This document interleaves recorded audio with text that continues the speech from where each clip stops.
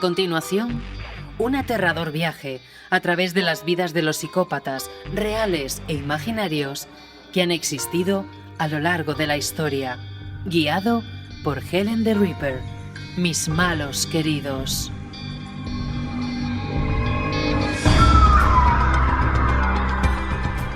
Muy buenas noches, queridos amigos de la cripta de Proyecto Terror. Bueno, muy buenas noches si nos escucháis en la penumbra, en mitad de la noche, de la oscuridad, o muy buenos días si, en fin, nos escucháis a pleno sol, allá vosotros con las insolaciones. En fin, que abrimos una nueva sesión de esta cripta encantadora, y encantadora también es ella, nuestra querida Helen the Reaper. ¿Cómo estás? Vaya presentación, muy buenas. Hola a todos, ¿qué tal estáis?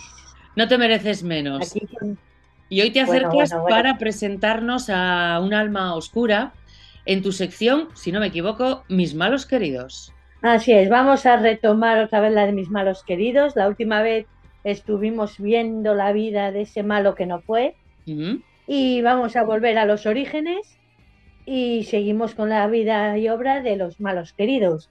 Y en esta ocasión no me he querido adentrar mucho en las profundidades, sino que digamos que me queda un poquito en la superficie porque voy a hablar de un malo querido bastante conocido, con cierto renombre. Ajá. Entonces yo creo que en cuanto os diga el nombre, más o menos algo os va a querer sonar.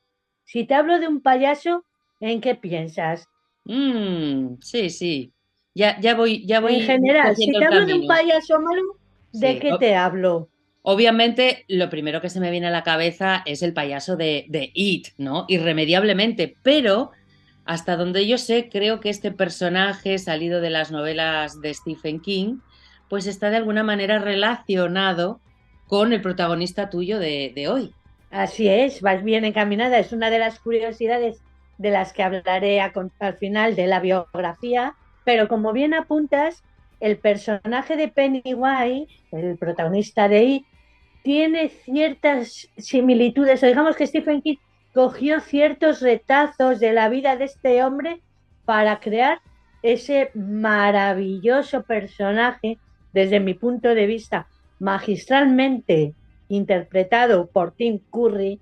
Me quedo con el Tim Curry, el Pennywise original, pero bueno, eso ya es otro malo querido del cual hablaremos, si te parece. Vale. Ya hablaremos en otra ocasión de lo que es, digamos, una especie de biografía de Pennywise. Sí, podemos hablar un día De además momento, de tanto del personaje de la novela como de las adaptaciones que luego hemos disfrutado, cinematográficas, televisivas, en fin. Podemos hacer un curiosidades, recorrido, sí. pero bueno, eso lo dejamos para otra ocasión. Vale. En este momento vamos a centrarnos en lo que fue el auténtico payaso asesino, cuyo nombre era John Wayne Gacy. No os confundáis con el actor del mismo nombre. No tiene nada que ver, ni parentesco, ni nada de nada. Por mucho que fuera John Wayne, no tiene nada que ver con el actor. Pero quizá, pregunto, quizá los padres del protagonista de esta noche quizá eran alguno de los dos o los dos admiradores del gran John Wayne, del Duque Blanco. Pues si te digo la verdad, lo desconozco, Patrick. ¿Qué quieres que te diga? A Ujú. tanto no ha llegado en mi investigación. Yo creo que son cosas del destino, que coincide el nombre y el apellido, y que ha sido eso, un cúmulo de circunstancias, porque este personaje nació en el año 1940, miento, en 1942, que tampoco hay tanta diferencia de época en la que vivieron ambos. No, sí. Ahora estoy un poco No, no, sí, sí. Cuando tu protagonista nació, claro, John Wayne, el Duque, ya era una gran estrella de Hollywood. y bueno, era una estrella, pero vamos, que me refiero que tampoco sé yo si fue debido a ese actor o Ujú. fue casualidad. Yo creo que más bien lo segundo. Pero Sí, bueno, además voy a aclarar otra cosa porque me acabo de dar cuenta cuando te he preguntado que si eran admiradores de John Wayne, el Duque Blanco, lo de Blanco sobra, porque el Duque Blanco se referían a era el David David Bowie. Bowie, ¿no? He mezclado aquí Era el Duque y el personajes, otro el Duque actores, Blanco. cantantes, en fin. Bueno, hemos hecho un batiburrillo. Vamos a Los cócteles que encauzar de tanto nuevo vemos la por aquí. conversación ante mis desvaríos. Vamos con John Wayne Gacy. En la cultura popular ya he dicho que se le conoce como el payaso asesino o como Pogo, el payaso asesino. Ahora, a lo largo de la historia ya verás el por qué el nombre de Pogo y por qué se le llamaba el payaso asesino. Como he dicho, nació en el año 1942 en Chicago y como sucede en numerosísimas ocasiones, no tuvo una infancia lo que se dice fácil. Tenía varios hermanos y era el más pequeño de nuestro protagonista. No tengo exactamente cuántos hermanos tenía, pero sí que era una familia numerosa, gobernada por un padre autoritario, conservador y lo peor de todo, alcohólico y maltratador, que maltrataba no solo a su esposa, sino también a los hijos. Y al más pequeño, que digamos que fue como un pequeño accidente, por decirlo así, fue un embarazo inesperado, no buscado, le despreciaba y lo golpeaba. Y era de los hermanos igual el que más golpes recibía a manos de ese padre. Y no solo tenía ese estigma, sino que con 9 años sufrió el abuso sexual por parte de un amigo de la familia. Estuvo callando este hecho hasta que ya cuando lo detuvieron empezó a hablar un poco de lo que fue su vida y fue cuando relató este hecho. No contó nada ni en su entorno cercano, ni a su madre, ni a nadie. Y además sufrió bullying en el colegio, debido a lo que era a su complexión física, era pequeño, era un poco enclenque, que aunque luego cuando fue formándose como adulto se desarrolló y tuvo una constitución física, digamos, normal, de pequeño era un niño bastante, no enfermizo, pero sí un poco enclenque. Así que como te puedes imaginar, tuvo ahí una serie de circunstancias que no favorecieron que fuera un niño precisamente feliz. Ujú. Y con 9 años no solo no solo sufrió ese episodio de abuso sexual, sino que también con esa edad tuvo un fuerte accidente cayéndose, de un columpio. Se dio un fuerte golpe en la cabeza y también eso, unido a las fuertes palizas que le daba su padre por todo el cuerpo, tenía, digamos que cierta propensión a los mareos, a ese malestar físico, a esa debilidad que era por lo que los compañeros le hacían bullying. Ajá. Bueno, por lo que nos comentas, desde luego este personaje ya de partida tuvo una vida, una infancia bastante dura, con además esos ataques, esas lesiones, producidas algunas dentro del ámbito familiar y claro, que le dejaron secuelas. Y desde luego que comenzar una vida así, pues puede ser preludio para que luego se desencadene una personalidad que en este caso, bueno, pues acabó como acabó, ¿no? Siendo un auténtico psicópata. Es más, a posteriori, sobre todo cuando falleció, bueno, no voy a hacer mucho spoiler, pero sí vieron que tenía un coágulo en el cerebro, que también luego psicólogos y psiquiatras que han estado investigando un poco lo que era el cerebro de John Wayne, tradujeron en que podía haber formado esa personalidad, pero claro, eso son teorías. Con 18 años decidió ya irse de casa. Estaba harto de esos maltratos, de esas humillaciones, de esa situación y como te he dicho, se fue y empezó a trabajar como conserje en una funeraria. En el año 1964, con apenas 22 años, se casó y tuvo 2 hijos y la familia se mudó a Iowa. Y para que te hagas una idea, ya de adulto parecía que era una persona normal, racional, que tenía una vida más o menos sentada, ya que tenía bastantes trabajos estables e incluso dirigió varias franquicias de la cadena Kentucky Fried Chicken, que eran propiedad de su suegro. Su suegro era una persona de clase media alta y le puso al frente de esas franquicias y no solo lo hizo bien, sino que incluso se tradujo en numerosas ganancias, lo que es para la familia. Es más, se convirtió en un miembro bastante reconocido y admirado de su comunidad, pero tenía esa doble cara.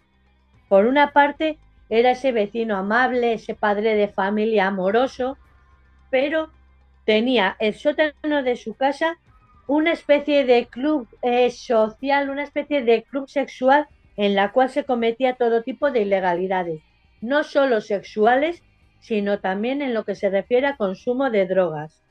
Es más, su estatus social y el estar dirigiendo esas franquicias de comida rápida hizo que le facilitara el acceso a menores, que fueron principalmente sus víctimas. Es más, su primera víctima fue un chico de 15 años a quien engañó prometiéndole ver una película para adultos en el sótano de su casa. También, mientras estaban viendo esa película, le presionó nuestro protagonista al joven para que le practicara una felación. El chico asustado se escapó, se lo contó a sus padres y fue detenido, y también allí, en lo que es en el tribunal, se le diagnosticó un trastorno de personalidad antisocial, por lo que fue declarado responsable de sus actos y fue sentenciado a 10 años de prisión. Estamos ya en el año 1968. Esto provocó que su mujer decidiera divorciarse de él, y no solo ella se alejó de él, sino también sus hijos, y no volvió a verlos en vida. Pasaron los años y era un preso modélico, que incluso era muy sociable, como te he dicho, hacía actos para intentar reducir la condena. Digamos que era lo que se llama un preso modelo. Es más, aunque estuvo condenado a 10 años de prisión, te recuerdo la condena, te voy a preguntar, A ¿cuánto ver, tiempo crees que estuvo entre rejas? pues no sé, la verdad es que no sé cómo iría la ley, pero si dices que fue un preso modelo que se comportó, que hacía cosas por mejorar su imagen de cara pues a los jueces y a los policías, pues no sé, por un delito así, si tenía 10 años, pues yo qué sé, la mitad, 5, 18 meses, solo. solo. Wow, En 18 meses fue ya absuelto de todos los cargos. madre mía. Como te he dicho, obtuvo la libertad condicional a los 18 meses de estar en prisión. ¿Qué decidió? Mudarse de estado. Volvió a Illinois, a Chicago. Allí nadie conocía sus antecedentes penales. Estamos en el año 1970, no había las tecnologías que tenemos actualmente, entonces nadie conocía esos antecedentes penales. Y allí se volvió a casar con una antigua amiga del instituto que tenía 2 hijas de una relación anterior. Pobrecilla, Se madre mía, volvió a... lo que se la venía encima, esta pobre, ¿eh? Qué horror. Pues sí. Regresó él a Chicago y Dios mío, con él llegó el horror, el terror. Uf, Ahora viene el por qué se le empezó a conocer como el sobrenombre del payaso asesino. Volvió a convertirse en un vecino respetable, en un vecino afable, incluso en un importante hombre de negocios. Si te acuerdas, hemos estado hablando que tenía como ese carisma, tenía esa habilidad para los negocios, que incluso dirigió de su ex-suegro bastantes cadenas de comida rápida. Entonces, tenía esa habilidad e incluso obtuvo un grado bastante importante en lo que es el sector económico. Entonces, allí volvió a trabajar, volvió a ser un hombre de negocios bastante exitoso, que en sus ratos libres se disfrazaba de payaso para amenizar fiestas infantiles, de manera lúdica, de manera desinteresada, simplemente para divertir a los niños. Entonces, como era muy típico en él disfrazarse de payaso, luego con el tiempo se le llamó así. Es más, a muchas de sus víctimas las engañaba precisamente llevando ese disfraz de payaso. ¿Quién iba a sospechar que un payaso fuera un despiadado asesino, un maníaco sexual? Es más, para que te hagas una idea, no solo eso, sino que también participó activamente en campaña del Partido Demócrata como voluntario para limpiar las oficinas del partido. Eventualmente fue vocal de mesa y estaba activamente en lo que eran las campañas de este partido dentro de lo que es su zona, dentro de donde él vivía. fue fotografiado con la entonces futura primera dama, Rosalind Carter, la mujer de Jimmy Carter. Esta mujer autografió la fotografía en la que salen los dos poniendo para John Gacy los mejores deseos. Esta foto causó tal vergüenza cuando fue arrestado que hizo que la popularidad del Partido Demócrata cayera en picado, sobre todo porque en la foto aparecía John con una chapa con una letra S. ¿Sabe lo que significaba esa S? ¿Qué Que significaba? el servicio secreto, que el servicio secreto le había dado autorización para acceder a información clasificada. Sí, sí, ¿Qué veo tu dices? cara y así. ¿Pero qué Vamos, que dices? era una persona bastante activa políticamente hablando. Sí, sí, pero hasta esos extremos había conseguido introducirse o colaborar con el Partido Demócrata. Hasta esos extremos. ¡Wow! ¡Qué peligro! Vamos, eso sí que es una doble cara, ¿eh? Sí, sí, desde luego. En el año 1971, apenas un año después de salir de la cárcel, ese hambre sexual, ese hambre por la depravación, volvió a atacar a nuestro protagonista. Atacó a un adolescente de una localidad cercana a la que él vivía. Pero, aunque denunció a nuestro protagonista, no se presentó a ratificarla. Es decir, hizo una primera denuncia, pero luego hay que corroborar esa denuncia y como no se volvió a presentar en esta ocasión para ratificarla, esa denuncia no llegó a trámite. Como te he dicho, John Wayne se disfrazaba de su alter ego, que era Pogo, el payaso. De ahí el sobrenombre también por el que se le conoce.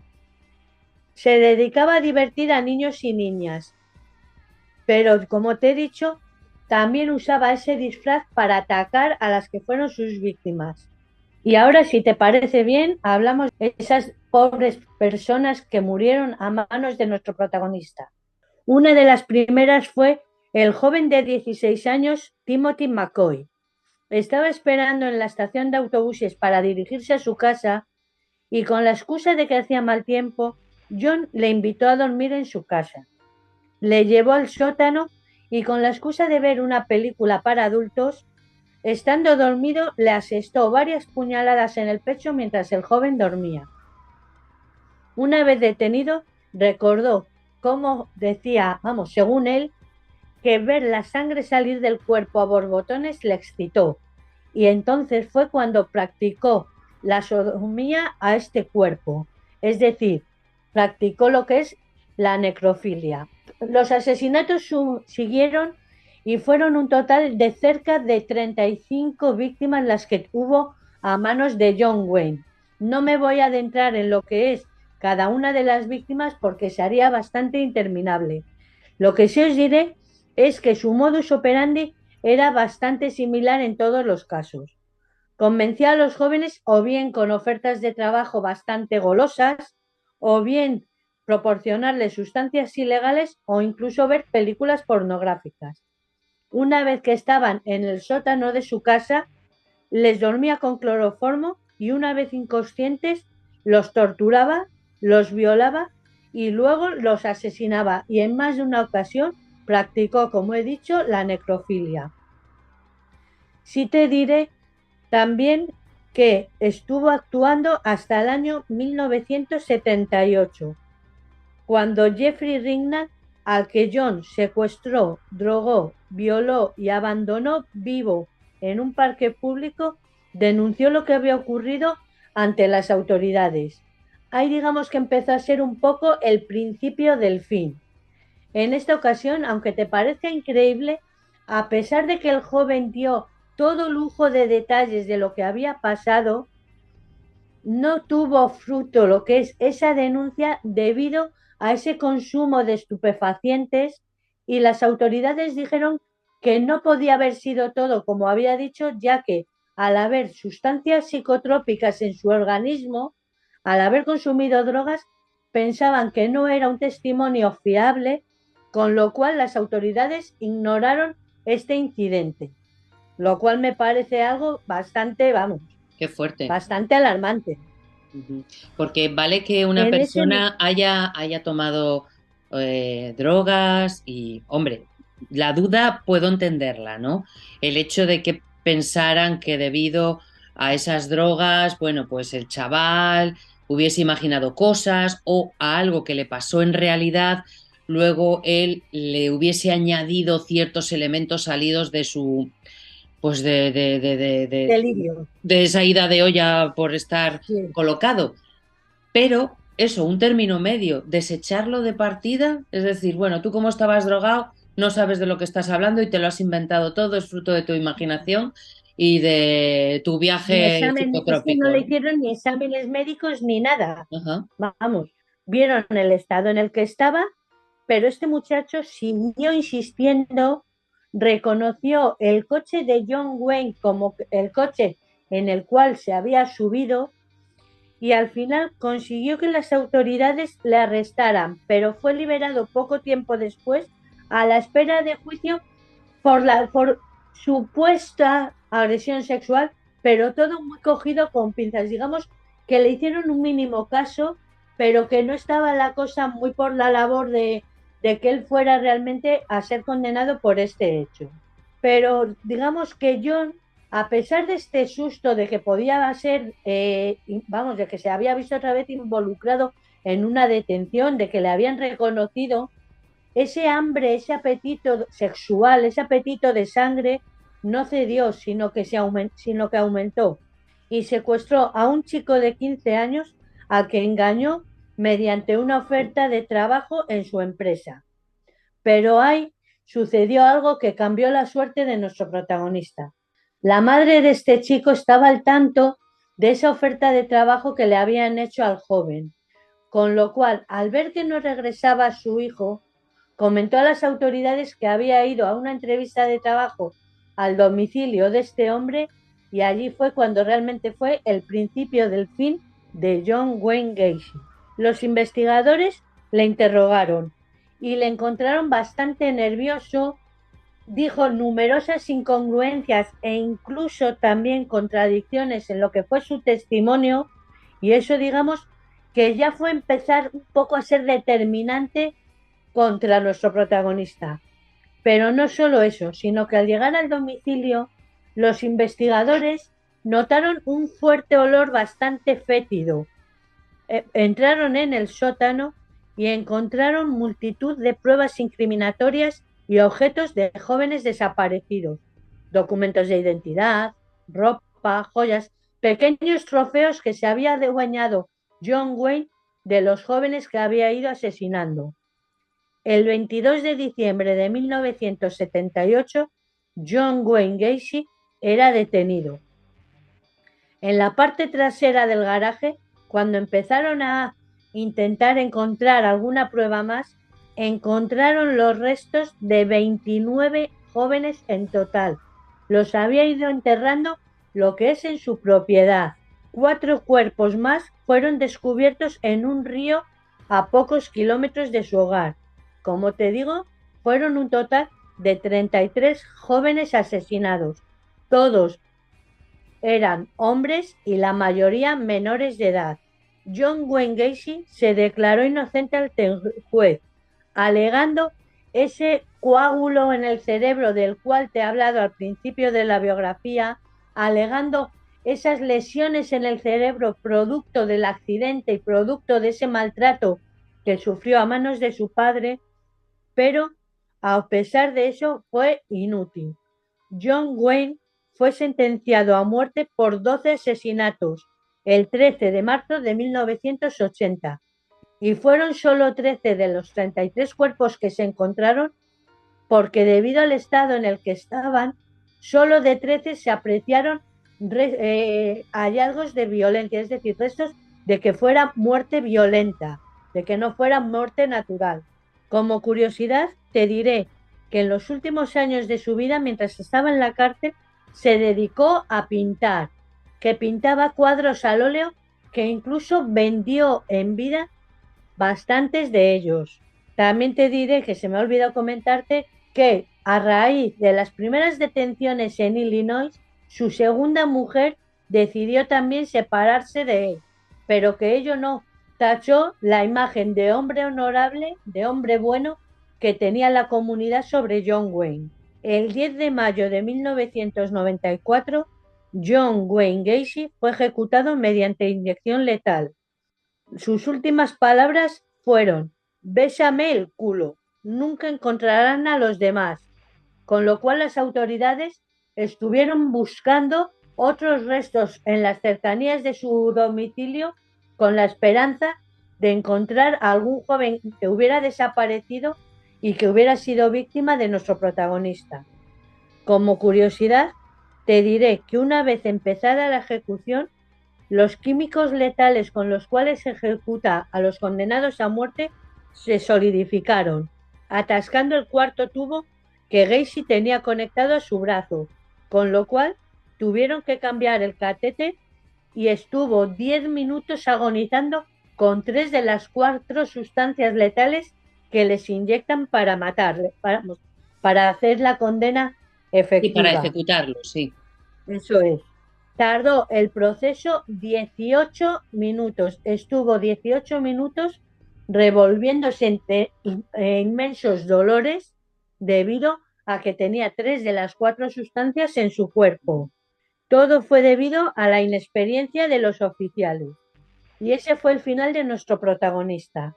Pues, ¿qué decirte? Que, mira, pues igual aquí tenemos que creer en el karma y es algo que, bueno, no es justicia porque las víctimas son irrecuperables, pero que parte de ese dolor le fuera devuelto en sus últimos instantes, pues nos alegramos de que sufriera y de que un ser despreciable como este desapareciera de la faz de la tierra, porque las cosas como son, era un depredador al que pararon, porque él estaba claro que no iba a parar, él iba a continuar Mira, a la y vista está de sus últimas palabras. claro, sí, sí, Esa soberbia que no mostró sí, sí. arrepentimiento, que no... Ujú. Despreciable hasta el Y ahora, final si me permites, y además convirtiendo, transformando la vida de todas esas víctimas, acabando con ellas, haciéndolas sufrir y convirtiendo también su casa y las cercanías en un cementerio de los horrores, porque la mayor parte de sus víctimas estaban enterradas bajo su casa. Así que, bueno, de alguna manera, eso, el karma, el destino quiso que sufriera en sus últimos instantes un monstruo como este y bueno, pues bienvenido sea ese final. ¿Y querías matizarnos algo más, Helen?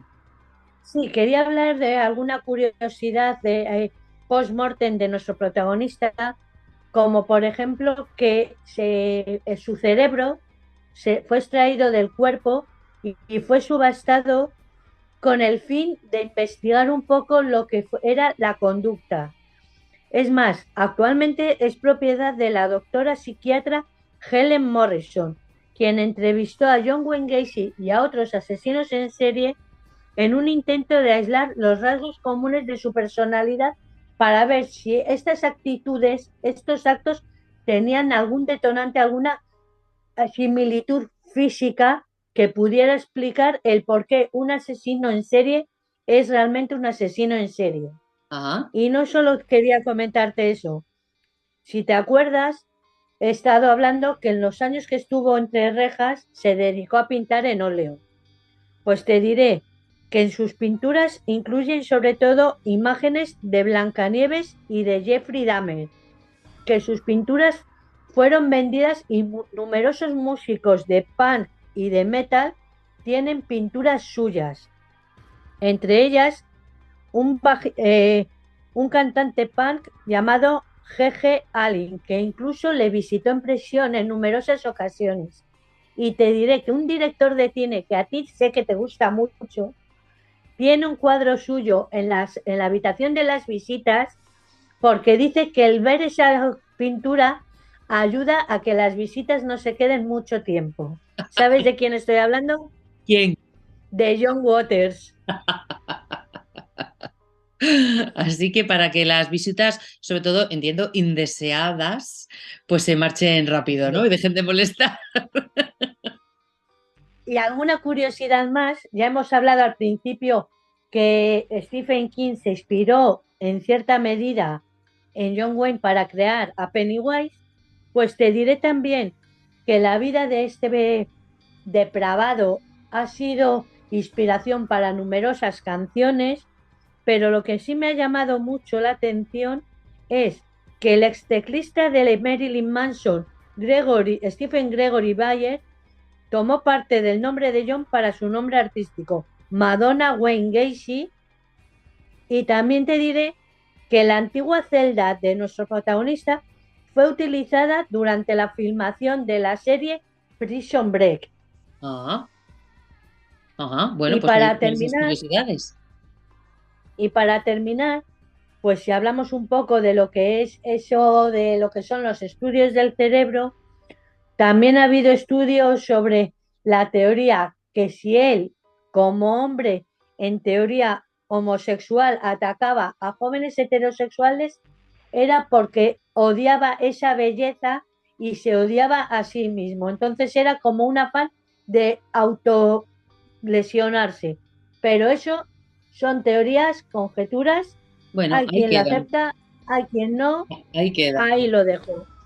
En fin, pues aquí hemos abierto las compuertas a la historia de un alma oscura, terrible, y como fue John Wayne Gacy, ¿no? Este payaso pogo que atacó a débiles, indefensos, ingenuos, chicos, porque antes lo has comentado, ¿no? Sobre todo eran menores, muchos menores, y bueno, pues en fin, que una vida horrorosa, una vida que no aportó nada a la humanidad, solamente dolor y horror. Y aquí hemos hablado de ello, también salpicado pues con alguna anécdota y curiosidad. En fin, Helen, pues nada, vamos cerrando la sesión y nos preparamos un té de absenta. ¿Te parece bien? Me parece estupendo. Hasta la próxima. Hasta la próxima, Helen, y a vosotros, queridos, como siempre también. Muchas gracias por estar ahí al otro lado. Os esperamos en la próxima cita de la cripta de Proyecto Terror. Mientras tanto, que las amables sombras os acompañen.